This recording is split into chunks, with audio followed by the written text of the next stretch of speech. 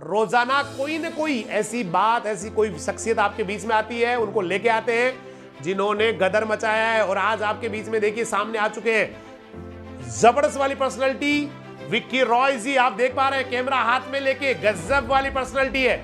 और ये उन लोगों के लिए मिसाल है जो कहीं भी कचरे में, मतलब यूं कह सकते हैं कि कच्ची बस्ती में जन्म लेते हैं, स्लम में जन्म लेते हैं और ये सोचते हैं कि मैं कुछ नहीं कर सकता, मैं आगे नहीं बढ़ सकता। लेकिन उन लोगों के लिए बेमिसाल एक एग्जाम्पल है विक्की रॉय जी, जो कि स्लम में जन्म लेने के बाद भी हिंदुस्तान की बहुत बड़ी शख्सियत बन गए, गजब की शख्सियत बन गए। इसका मतलब जन्म कहां हुआ इंपॉर्टेंट नहीं है, आप क्या करना चाहते हैं जीवन में, किस तरह से अपने जीवन को जीना चाहते हैं, वो ज्यादा इंपॉर्टेंट है। कितना तूफान आपके अंदर भरा हुआ है, बारूद कितनी भरी हुई, हर इंसान में बारूद भरी होती है। कुछ लोग उसको कभी सुलगा ही नहीं पाते हैं, जिंदगी ऐसे ही जी के चले जाते हैं। और कुछ लोग भाई साहब ऐसा धमाका करके जाते हैं कि पता लग जाता है लोगों को कि कोई धरती पे आ गया है, कोई शेर धरती पे आ गया है।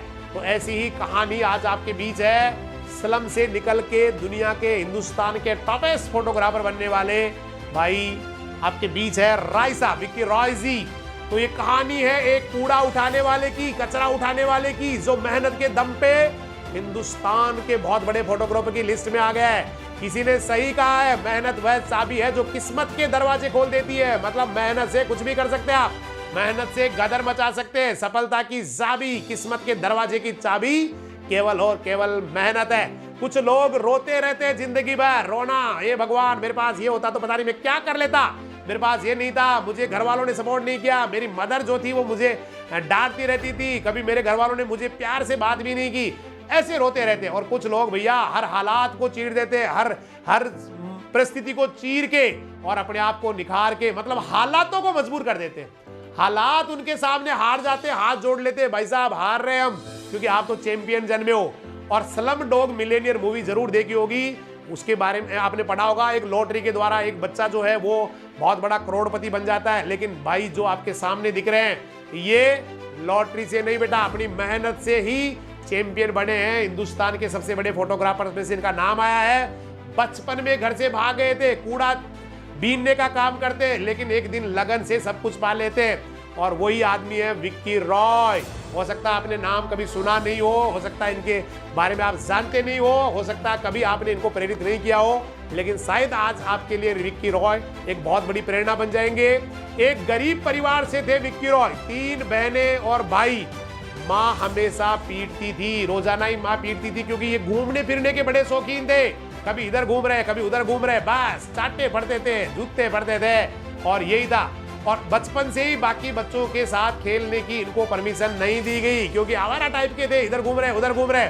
और माता पिता काम की तलाश में निकल जाते, नाना नानी के पास छोड़ देते इनको, नाना नानी उनको रखते थे ताकि बदमाशी नहीं कर पाए। ऐसा था बचपन इनका। 1999 में जब 11 साल की उम्र हो गई, तंग आ गए घर वालों से, रोजाना की पिटाई से परेशान हो गए और घर से भाग गए। एक दिन फैसला कर लिया भागने का और निकल गए वहां से दिल्ली के लिए। और दिल्ली के स्टेशन पे वहां कुछ बच्चे रोते हुए उनको मिल गए, और वो उनको रोते हुए वो किसी बच्चों को मिल गए, और वहां से वो बच्चे उसको ले जाते हैं सलाम बालक ट्रस्ट में। एक ट्रस्ट होता है जहां बच्चों को रखा जाता है, सलाम बालक ट्रस्ट, वहां पर ले गए। एक्चुअली वो जो सलाम बालक ट्रस्ट था वो मीरा नायर की फिल्म सलाम बॉम्बे की कमाई से बना था। सलाम बॉम्बे ने जो कमाई की थी उससे सलाम बालक ट्रस्ट बना था, उसी में बच्चे ले गए। लेकिन वो ट्रस्ट की प्रॉब्लम क्या थी, वो ट्रस्ट हमेशा अंदर से बंद रहता था, मतलब कोई बाहर नहीं निकल सकता। अंदर आ तो गया लेकिन बाहर नहीं जा सकता।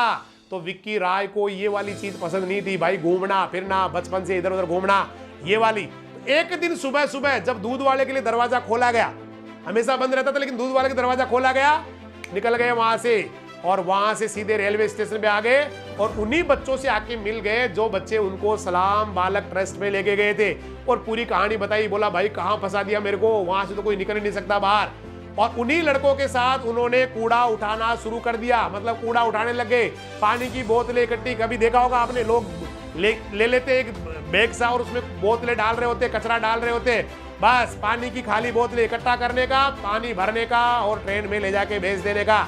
और जो पैसा मिला वो भी आपका नहीं था, वो पहले मालिक को देना होता था, और मालिक बदले में केवल खाना देता था। बोतलें उठाने का, पानी भरने का, उनको बेचने का, पैसा आया मालिक को देने का, और मालिक केवल उनको खाना देता था। लेकिन वो भी ज्यादा समय उनको रख नहीं पाए, क्योंकि वो ज्यादा कुछ कमाई वहां थी नहीं, इसलिए वहां से काम छोड़ के अजमेरी गेट के पास, दिल्ली के अजमेरी गेट के रेस्तरां में बर्तन धोने का काम पकड़ लिया। राय के अनुसार जिंदगी का सबसे बुरा दौर था, ठंड का मौसम था, पानी ठंडा था और बर्तन धोते टाइम उनके हाथ पैरों में जख्म हो जाते थे और उन्हें अफसोस होता था कि मैं घर से क्यों भागा, अभी मम्मी याद आने लग गई थी, दादा नाना नानी याद आने लग गए थे। सही थे वो लोग, जब ठंड लगती घाव हो जाते। और एक दिन विक्की राय की मुलाकात सलाम बालक ट्रस्ट के एक स्वयं सेवक से हो गई, एक वॉलेंटियर से हो गई और उन्होंने उनको स्कूल जाने के लिए कहा और वो स्कूल स्वयं सेवक ने बताया कि उसी ट्रस्ट का स्कूल है, स्कूल का केंद्र है और वहां फायदा यह है कि आपको स्कूल के अंदर पैक नहीं रहना पड़ेगा, ज्यादा समय बंद नहीं रहना पड़ेगा, आप जा सकते हैं, बाहर भी जा सकते हैं। बस उसको लगा यही स्कूल बेस्ट रहेगा और उस स्कूल में वो शामिल हो गए, जिस स्कूल का नाम था अपना घर। तो अपना घर स्कूल में पढ़ते रहे, 6ठी क्लास में एडमिशन लिया उस स्कूल के अंदर अपना घर में और 10वीं की बोर्ड परीक्षा में 48% नंबर आए, मतलब super performance, top class performance 48%। और इनके स्कूल के टीचर्स को भी लग गया था पढ़ाई में अच्छे नहीं है, तो इनको कहा NIOS में पढ़ लीजिए भाई। NIOS जानते होंगे, national institute of open schooling. 10वीं के बाद में इनको कहा ओपन स्कूलिंग में चले जाइए, NIOS में चले जाइए और वहां पर आप कंप्यूटर और टीवी रिपेयरिंग करने की ट्रेनिंग लीजिए, मतलब 10वीं के बाद में आप कंप्यूटर और टीवी रिपेयरिंग सीख लीजिए।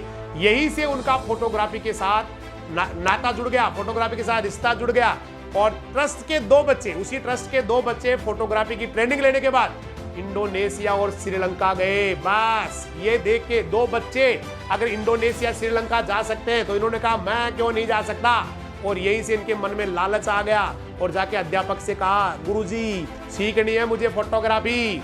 राय को खुद को भी नहीं पता था कि ये जो काम शुरू करने वाला है वो उसकी जिंदगी बदलने वाला है, एक दिन वो बेस्ट फोटोग्राफर बनने वाला है इंडिया का।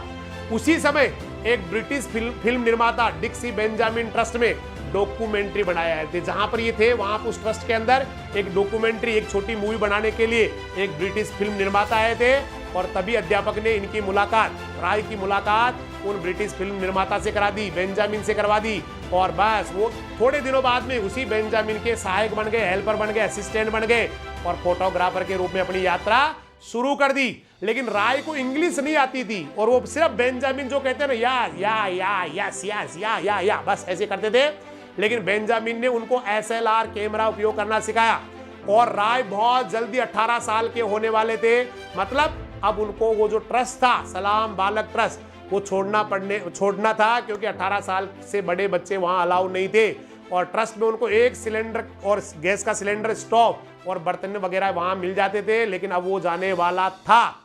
लेकिन वो ट्रस्ट के अलावा किसको जानता था वहां कहां जाए, स्वतंत्र रहना उसके लिए मुश्किल था, लेकिन एक दिन उनको छोड़ना ही था और एक दिन वो स्वतंत्र हो गए, अलग हो गए ट्रस्ट से और वही उनके लिए आशीर्वाद साबित हुआ क्योंकि राय ने असिस्टेंट बनने के लिए प्रसिद्ध फोटोग्राफर जिनका नाम था अनय मान से संपर्क किया, सर मुझे सीखना है, और उन्होंने कहा ठीक है भाई सीख ले, लेकिन उन्होंने शर्त रखी कि मैं आपको फोटोग्राफी, अनय मान साहब ने कहा फोटोग्राफी तभी सिखाऊंगा कि आप 3 साल तक मुझे छोड़ के नहीं जा सकते।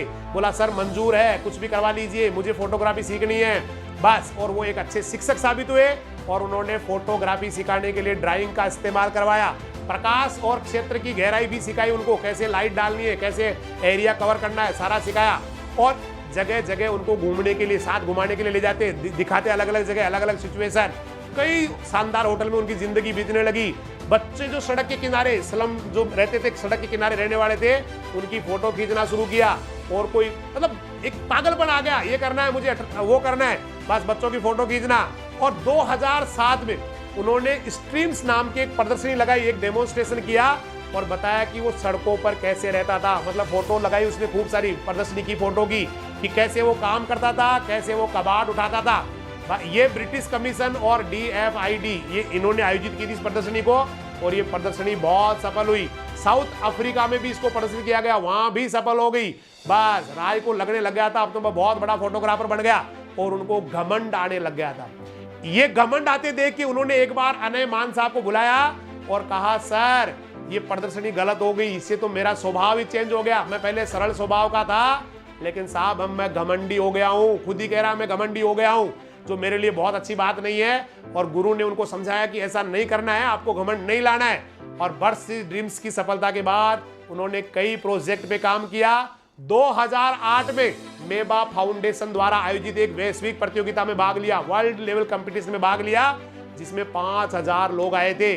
उनमें जीतने वालों को अमेरिका 6 महीने के लिए अमेरिका भेजना था, जहां पर वो WTC की फोटोग्राफी कर सकते थे, मतलब वर्ल्ड ट्रेड सेंटर की, विश्व व्यापार केंद्र की फोटोग्राफी उनको करनी थी। और 3 ही लोग जीतने थे, 5000 में से 3 लोगों को चुनना था और तीनों में से इनको भी चुन लिया गया था। और ये काम WTC में, WTC 7 था, वहां पर इनका प्रदर्शित हुआ। वहां इनको ड्यूक ऑफ एडिनबर्ग अवार्ड से नवाजा गया। बर्किंघम पैलेस में प्रिंस एडवर्ड के साथ इनको भोजन के लिए आमंत्रित किया गया। और 2011 में राय ने अपने दोस्त चंदन गोम्स के साथ एक लाइब्रेरी खोली, फोटोग्राफी की पुस्तक रखी, किताबें रखी। फोटोग्राफी किताबें काफी महंगी आती थी, जिसको एक साधारण बच्चा नहीं खरीद सकता था। तभी इन्होंने एक बड़े फोटोग्राफर को मेल किया और समझाया उनको, साहब कुछ किताबें हमें फ्री में चाहिए, कुछ बच्चों के लिए चाहिए। और इस तरह से किताबें इकट्ठी हो गई काफी सारी। और आज भी इनकी लाइब्रेरी है दिल्ली के मेहरौली ओजस आर्ट गैलरी में। मतलब हिंदुस्तान के जाने माने फोटोग्राफर है रवि राय साहब। इसका मतलब आदमी के लिए पागलपन जरूरी होता है, हालात जरूरी नहीं होते, क्योंकि आदमी वहां से निकल के और हिंदुस्तान के बेस्ट फोटोग्राफर में से आ जाए, बेस्ट फोटोग्राफर का अवार्ड जीत ले, अमेरिका चला जाए, दुनिया घूम ले और पूरी दुनिया का मतलब one of the best, India का तो टॉपेस्ट में थे ही, दुनिया का one of the best photographer बन जाए। इसका मतलब आदमी कुछ भी कर सकता है।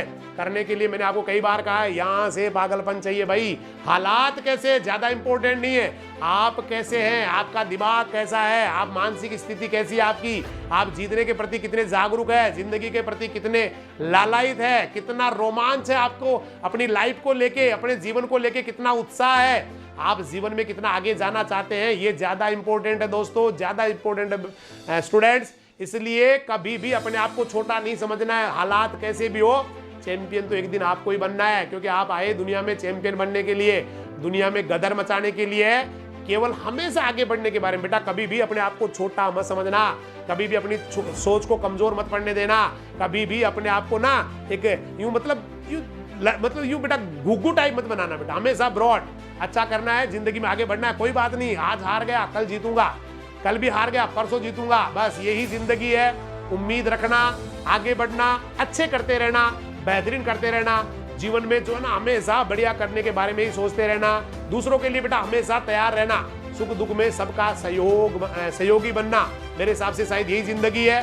तो बेटा बढ़ते रहो, आगे लगे रहो, जबरदस्त करते रहो, तूफान मचाते रहो। इसी के साथ सभी को बहुत बहुत धन्यवाद। जय हिंद, जय राजधानी, नमस्कार, सत श्री अकाल, सब्बा खैर, वाहे गुरु दी फतेह, अल्लाह हाफिज, खुदा हाफिज, राम राम सब।